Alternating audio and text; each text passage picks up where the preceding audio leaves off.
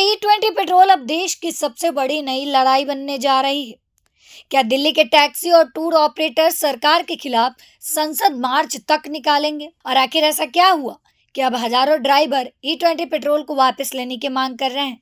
आइए जानते हैं पूरी खबर विस्तार से। दिल्ली में E20 पेट्रोल को लेकर विरोध लगातार बढ़ता जा रहा है। अब Delhi taxi and tourist transport and tour operators association ने ऐलान किया है कि वह 4 अगस्त को संसद तक बड़ा विरोध मार्च निकालेंगे। एसोसिएशन का कहना है कि E20 यानी 20% एथेनॉल मिले पेट्रोल को बिना पूरी तैयारी और वैज्ञानिक समीक्षा के लागू कर दिया गया है। उनका आरोप है कि इसका सीधा असर टैक्सी, कमर्शियल वाहनों और आम वाहनों मालिकों पर पड़ रहा है। दरअसल केंद्र सरकार कई सालों से पेट्रोल में एथेनॉल मिलाकर इस्तेमाल बढ़ाने की नीति पर काम कर रही। सरकार का तर्क है कि इससे पेट्रोल पर आयात निर्भरता कम होगी, किसानों को फायदा मिलेगा और प्रदूषण भी कम होगा। लेकिन दूसरी तरफ टैक्सी ऑपरेटरों का कहना है कि जमीनी हकीकत इससे बिल्कुल अलग है। उनका दावा है कि E20 पेट्रोल से कई पुराने वाहनों में इंजन से जुड़ी दिक्कतें आने लगी हैं। कुछ वाहन मालिकों का कहना है कि माइलेज कम हो गया, इंजन की परफॉर्मेंस प्रभावित हुई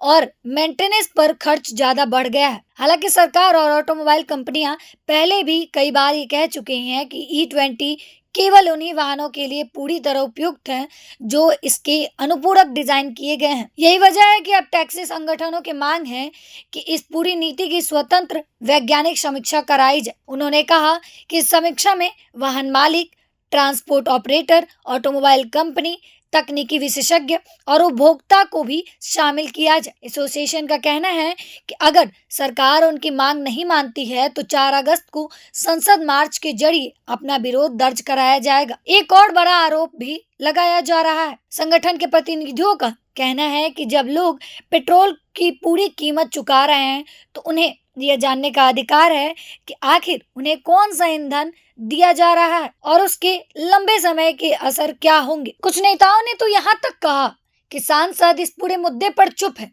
और अब उन्हें जगाने की जरूरत है।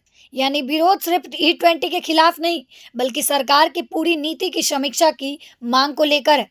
हालांकि दूसरी तरफ सरकार लगातार कह रही है कि एथेनॉल ब्लेंडेड भारत की ऊर्जा सुरक्षा और हरित ईंधन नीति का महत्वपूर्ण हिस्सा है। सरकार का दावा है कि इससे विदेशी तेल पर निर्भरता कम होगी, किसानों की आय बढ़ेगी और पर्यावरण को भी फायदा मिलेगा। अब सबसे बड़ा सवाल यही है कि क्या सरकार इस विरोध के बाद E20 की नीति की समीक्षा करेगी या फिर संसद मार्च के बाद यह विवाद और बड़ा रूप ले सकता है। फिलहाल 4 अगस्त पर सभी की नजरें टिकी हुई हैं कि उस दिन क्या होगा। अगर यह मार्च होता है तो E20 पेट्रोल को लेकर देश में एक नई बहस शुरू हो सकती है। आपकी राय क्या है? क्या E20 पेट्रोल सच में भविष्य का ईंधन है या पहले इसकी स्वतंत्र वैज्ञानिक जांच होनी चाहिए? आपकी राय हमें कमेंट बॉक्स में जरूर बताइएगा। मेरा नाम सोनम है और मिलते हैं किसी और नए अपडेट के साथ। तब तक देखते रहिए प्रभात खबर। प्रभातखबर.com, विश्वास वही, रफ्तार नहीं।